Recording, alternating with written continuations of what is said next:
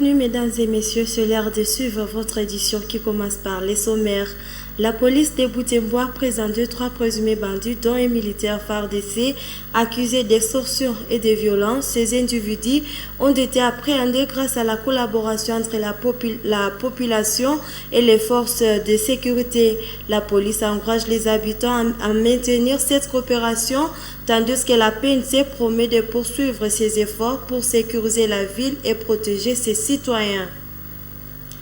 Surpeuplement et conditions précaires à la prison de Kakwangura, cette surpopulation est à l'origine de maladies telles que le VIH et la tuberculose, ainsi que de nombreux décès avec plus de 99 morts enregistrés depuis janvier. Les organisations de défense des droits de l'homme évoquent des solutions possibles comme la libération des détenus pour les faits mineurs, la délocalisation ou l'amélioration des infrastructures.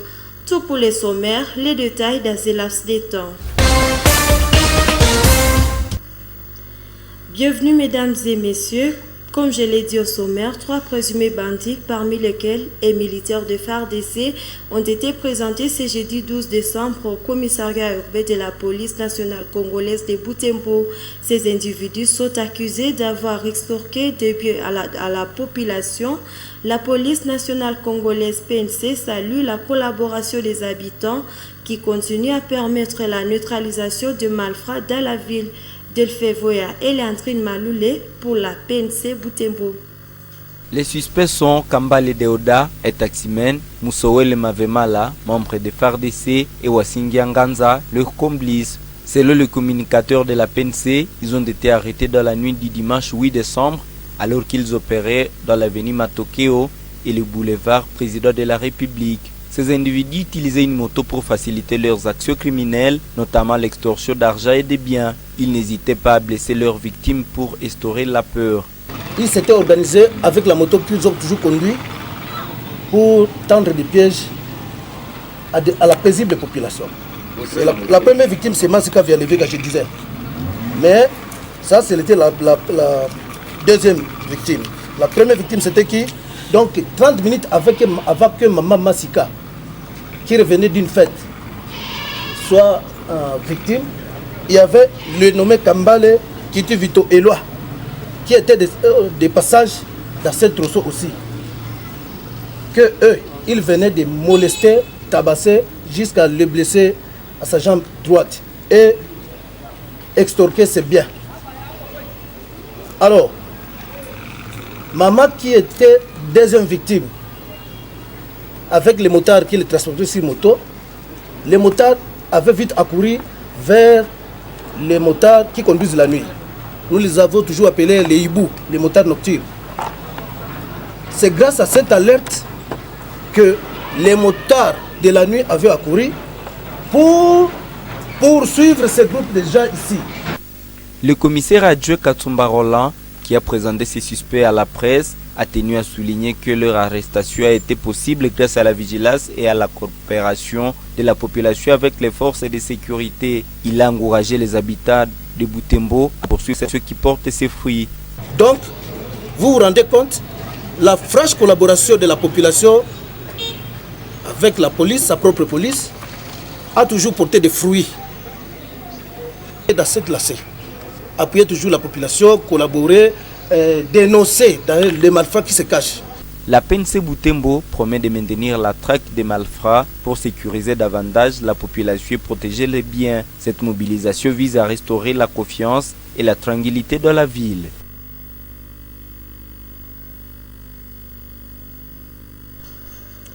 Et les conditions de vie à la prison urbaine de Butembo restent précaires suite au nombre très élevé de ses locataires. Situation qui est à la base de plusieurs maux comme des cas de maladie, de décès de plus de 99 personnes depuis janvier et autres difficultés de prise à charge de cette pléthore. Mirembe Kitawite nous a signé ce reportage. Construit pour un nombre de 200 personnes, la maison carcérale de Kakwangura compte ce mois de décembre plus de 1300 personnes. Cette situation est à la base de plusieurs problèmes et de maladies comme le VIH, la tuberculose et autres. Des cas de décès sont devenus fréquents suite à l'étouffement des prisonniers. Parmi les pistes de solutions, la délocalisation, la libération des personnes détenues pour des faits bénins et créer des espaces d'occupation en ces prisonniers. Propos de prix métal de la structure des droits de l'homme. Justement, c'est une maison carcérale qui devrait accueillir un effectif de 200 détenus. Mais aujourd'hui, nous sommes au-delà de l'effectif de 200 détenus, ce qui fait qu'il y a étouffement. Il n'y a pas vraiment d'espace respiratoire. C'est pour cela que nous sommes en train d'écrire au niveau urbain, provincial, national qu'international, qu'il y ait des agorgements de détenus, qu'il y ait des localisations de détenus. Est-il que la maison, l'espace est minime par rapport à l'effectif? Les malades de cette maison carcérale sont souvent soignés à l'hôpital de Kitatumba. À en croire, cet acteur des droits de l'homme, cette structure sanitaire a plusieurs factures de soins de santé des prisonniers en souffrance. La charge médicale cause toujours problème. Ça dépend du cas des maladies. Car vous voyez, par exemple, il y a un cas qui nécessite la contribution du CICR. Le CICR peut prendre un peu à charge du cas de ces maladies en amenant quelques aliments pour essayer un peu de la forcer. Mais celui qui n'est pas cité dans ces cas, ça cause problème. Souvent, ce sont des malades hospitalisés à Kitatumba qui viennent en aide de ces détenus. Aujourd'hui, nous avons presque 12-13 malades qui sont hospitalisés là-bas. Et puis, il y a des factures impayées qui datent de 2022, dont le montant varie entre 135 000 et 150 000 dollars impayés. En croire des organisations de défense des droits de l'homme qui font des monitoring en prison, le surpeuplement de cette maison carcérale est aussi dû à la lenteur dans le traitement des dossiers des détenus. La psychose règne encore autour d'Oicha, territoire de Béni, suite à la dernière incursion des EDF dans la localité Bakila Tenambo. À dehors des personnes qui se déplacent chaque soir pour le centre d'Oicha, l'inquiétude gagne l'esprit des agents sanitaires au centre de santé de Tenambo, situé près du village dernièrement attaqué. Delphine Mupanda pour le reportage depuis Béni.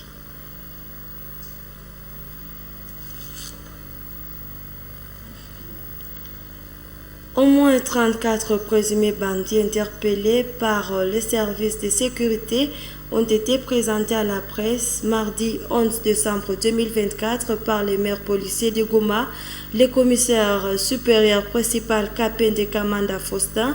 À cette occasion, l'autorité urbaine a indiqué que plus de 600 présumés bandits ont été appréhendés depuis le lancement en avril de l'opération s'affiche à Mujiwa Goma.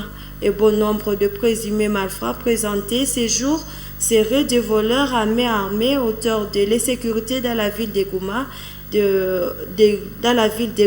des repris de justice ou encore ceux qui traversent frauduleusement la frontière avec le Rwanda. Suivez cet élément. Parmi les criminels arrêtés, il y en a qui ont opéré avec les armes et qui ont échappé à la justice populaire. Mais nos services ont pu récupérer quand même les armes, notamment les pistolets que vous voyez. Et il y a aussi une arme à lunettes que vous avez vue. C'est dommage. Mais ce que nous demandons toujours aux magasiniers et aux commandants de différentes unités, de bien gérer leur personnel et le matériel de guerre. Parce qu'une fois à mauvaise utilisation par les inciviques, c'est la population qui en pâtit. Voilà le message clair comme nous tendons vers la fête de Noël et de bonne année. Nous demandons à tous les commandants de la police et de l'armée de s'assumer pour bien gérer et le matériel de guerre et leur personnel. Et la population de Goma attend avec fermeté l'opération qu'on appelle peine de mort, la mise en œuvre de la peine de mort. Et c'est ce que nous attendons parce que plus de 600 bandits à main armée dans la prison centrale de Mouzézé de Goma et plus de 300 armes de guerre déjà récupérées. Je pense que c'est costaud. Nous devons nous assumer. Au lieu de désengorger notre prison, le souhait le plus ardent, qu'on nous donne l'ordre d'exécuter tous ces bandits sur place à Goma. Toujours dans la ville de Goma, l'organisation Amnesty International annonce des poursuites judiciaires contre l'ancien gouverneur militaire du Nord Kivu, Kostandima, considéré comme commanditaire dans l'affaire Carnage de Wazalendo du 30 août 2023 à Goma. Plus de 100 personnes qui exigeaient le départ de la MONUSCO avaient été tuées. Suite à cette situation, l'ONG Amnesty International appelle la justice à enquêter sur la responsabilité de l'armée lors de ces massacres à Goma. Suivez ces récits de Gérard Mourefou. Dans un rapport rendu public mercredi 11 décembre, l'organisation non gouvernementale Amnesty International a dénoncé des possibles crimes contre l'humanité perpétrés par des hauts responsables des forces armées de la République démocratique du Congo lors du massacre d'au moins 56 personnes à Goma le 30 août 2023. Cette organisation explique qu'à cette époque, les FARDC avaient ouvert le feu sur des manifestants appartenant à un groupe mystico-religieux qui demandait le départ de la MONUSCO. Les bilans officiels avaient montré que plus de 56 personnes avaient perdu la vie et plus de 80 blessés grièvement. Selon les hauts cadres militaires, l'armée voulait seulement intervenir pour déjouer un complot visant à attaquer la ville de Goma. Dans son rapport, l'Amnesty International demande à la justice de juger tous les auteurs. Pendant des enquêtes réalisées après une année, l'Amnesty International conclut qu'il ne s'agissait pas d'une bévue et appelle la justice à ouvrir une enquête sur la responsabilité des hauts responsables de l'armée. Jusqu'ici, seuls 6 officiers ont été jugés dans cette affaire. L'Amnesty dit avoir identifié 3 officiers de l'armée devant faire l'objet d'enquêtes individuelles et si des éléments de preuve sont trouvés, être poursuivis pour de possibles crimes contre l'humanité. Il s'agit selon l'association de Kostandima, l'ancien gouverneur militaire du Nord Kivu, du colonel Mike Mikombe Kalamba, commandant de la garde républicaine, et du major Peter Kabwe, son adjoint subordonné lors de l'opération meurtrière. L'ONG, qui appelle la justice à ouvrir une enquête, accuse la MONUSCO d'avoir joué un rôle trouble en demandant aux autorités d'interdire cette manifestation et à minimiser la suite l'ampleur du massacre. Faisons pas dans la ville de Kinshasa où le président de la République démocratique du Congo, Félix Tshisekedi, loue les efforts consentis jusqu'ici par son gouvernement pour assurer la gratuité de l'enseignement. Il a dit dans son discours sur l'état de la nation tenu mercredi 11 décembre. Il indique que d'ici 2025, l'assainissement du fichier de paix sera assuré en vue de déterminer une enveloppe salariale des enseignants. Les détails avec Isabelle Wangahimuka. Au cours du discours du chef de l'État sur l'état de la nation tenu mercredi 11 décembre, le président de la République démocratique du Congo a aussi fait mention de la gratuité de l'enseignement primaire. Il a loué tous les efforts consentis qui ont permis de matérialiser cette gratuité depuis sa mise en œuvre. Ainsi, pour assurer les conditions socio-professionnelles des enseignants, Félix Tshisekedi a précisé que la rencontre des Bibois, tenue en août dernier, a permis d'assainir le fichier de paix et l'identification des enseignants non payés en vue de déterminer l'enveloppe salariale pour l'année 2024-2025. Nationaux et sénateurs, mesdames et messieurs, comme vous le savez, j'avais fait de la gratuité de l'enseignement primaire une des principales priorités de mon premier mandat. Au cours des dernières années, nous avons réalisé des avancées significatives. La prise en charge à ce jour par le Trésor public de 279 145 enseignants nouvelles unités aussi bien au niveau maternel, primaire que secondaire, ainsi que le personnel des bureaux gestionnaires, témoignent à suffisance notre détermination à améliorer notre système éducatif.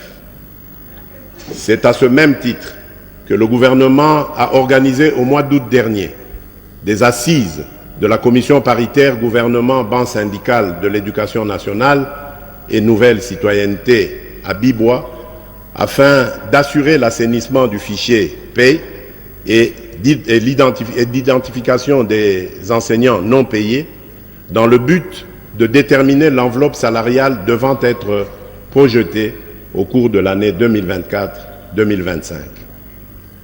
Tous ces paris gagnés méritent d'être consolidés afin d'assurer l'amélioration des conditions socio-professionnelles des enseignants ainsi que les infrastructures scolaires.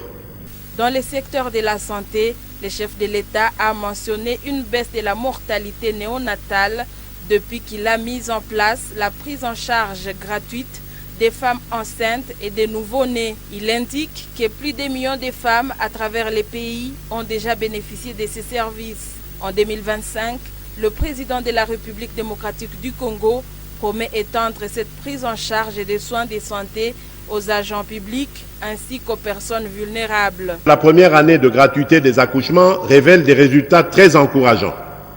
Plus de 1,3 million de femmes ont bénéficié de ces services dans 4300 établissements de soins, tandis que 1155 structures ont été équipées et 454 000 enfants malnutris ont été pris en charge.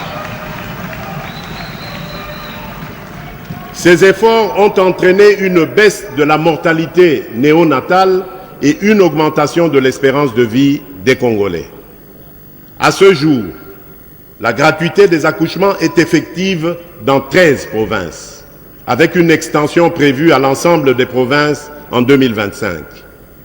Parallèlement, des mesures sont en cours pour assurer la prise en charge des soins de santé des agents publics et de leurs familles avant fin 2025. Ce discours du chef de l'État, tenu devant les deux chambres du Parlement réunies en congrès, a été centré sur différents secteurs de la vie sociale des Congolais. La radio Moto Butembo Beni se prépare à la seule année jubilaire de ses 25 ans d'existence.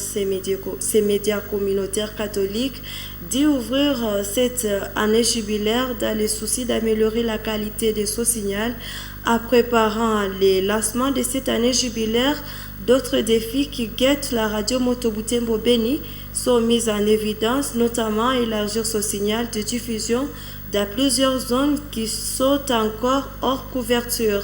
Plus de détails avec Promesse Mouyana.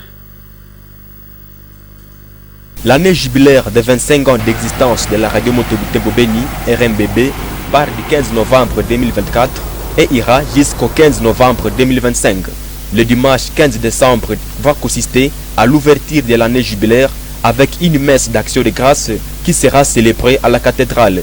Rencontré dans son bureau ce jeudi 12 décembre, Philippe Makomera, chef de programme de la radio Moto Butembo Beni, indique qu'au cours de cette année jubilaire, ces médias font face aux défis d'amélioration de la qualité du signal sonore et de l'étendue de sa couverture médiatique. Cette année jubilaire, dans ces 25 ans d'existence, c'est plutôt 25 ans de défis. Et parmi ces défis, vous savez qu'il existe beaucoup de quartiers, il y a encore beaucoup de populations, beaucoup de ces auditeurs qui n'arrivent pas donc à capter les signaux de la radio Moto Butembo Beni. Et c'est donc sur ces défis que nous avons placé et la célébration de cette année, de telle sorte que dans ces 25 ans, que tous les auditeurs, que tout le monde, et même dans les recoins, là où ils ne sont pas capables de capter les signaux, en tout cas qu'ils arrivent cette fois-là à capter les signaux. C'est pour cela. Des émissions et autres activités sont aussi prévues à guise d'évaluation pour faire participer tous les acteurs qui sont intervenus depuis la création de ces médias. Au-delà du lancement de cette année jubilaire, des tournées seront aussi effectuées pour s'imprégner de la situation de l'audience et former ensemble des perspectives d'amélioration. Des émissions qui reviennent sur la vie quotidienne des populations de ce coin, les auditeurs, donc les différents partenaires, pour nous dire qu'est-ce qui n'a pas marché, pourquoi ça n'a pas marché et qu'est-ce que nous pouvons faire pour que les 25 autres années à venir, nous puissions arriver, n'est-ce pas, à trouver des solutions adéquates. Et nous allons procéder par, n'est-ce pas, des différentes campagnes. On va passer dans différents villages pour parler avec les communautés. On va passer dans différentes paroisses pour parler avec tout le monde, n'est-ce pas, et pour qu'on arrive à comprendre et comment la vie se mène là-bas et qu'est-ce que la radio peut faire et pour pouvoir aider ces communautés à pouvoir prendre conscience de leur sort. Philippe Macomera appelle les personnes voulant se joindre à la RMBB dans son année jubilaire à venir se procurer de ces emblèmes tels les t-shirts, chapeaux en faveur de leur radio communautaire. Tout ce que nous sommes en train de demander, c'est que tous ces auditeurs, tous ceux qui aiment la radio, n'est-ce pas, pour pouvoir se joindre à nous lors de ces lancements et qu'ils passent à la réception de la radio Moto Butembo Beni pour pouvoir s'approvisionner soit dans la coste, soit en t-shirt, soit en képi, en chapeau. Et ce sera donc une façon de se joindre et de manifester donc son amour à la radio Moto Butembo Beni. C'est un prix abordable. On pense que en posant ces gestes, et les auditeurs et tous ceux qui aiment la radio Moto Butembo Beni se seront déjà joints, n'est-ce pas, et aux différents efforts. La radio Moto Butembo Beni a vu le jour en novembre 1999. Nous sommes à la fin de cette édition. Merci de nous avoir suivis. Au revoir.